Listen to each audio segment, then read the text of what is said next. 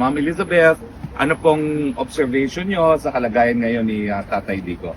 He is okay. He's happy also seeing us and jolly. Yeah. He was jolly today. Yeah. Yeah, the visit was really Yeah. very How long- engaged. How long was the visit for? 1 hour. 1 hour. The process should be faster than this. 6 months na siya nasa loob. Diba? 6 months. So, I think kung pwede lang sana, he would be released, kung released, or granted sa kanya, that's okay na sa amin. Okay na sa amin. And besides,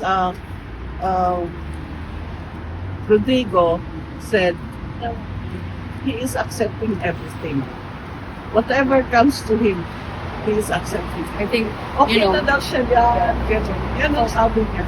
for the most Parang part, may, we may trust. acceptance na siya ngayon.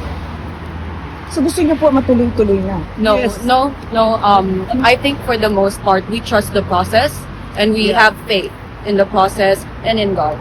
Yeah. That's it. But he is well. Okay naman. Yeah, he's alive and well. Yeah, okay, that's as much good. as we can say. Okay. So wala din siya message for everyone. We, Wala even if din. he Hindi has, pwede. we can. Yeah. Okay.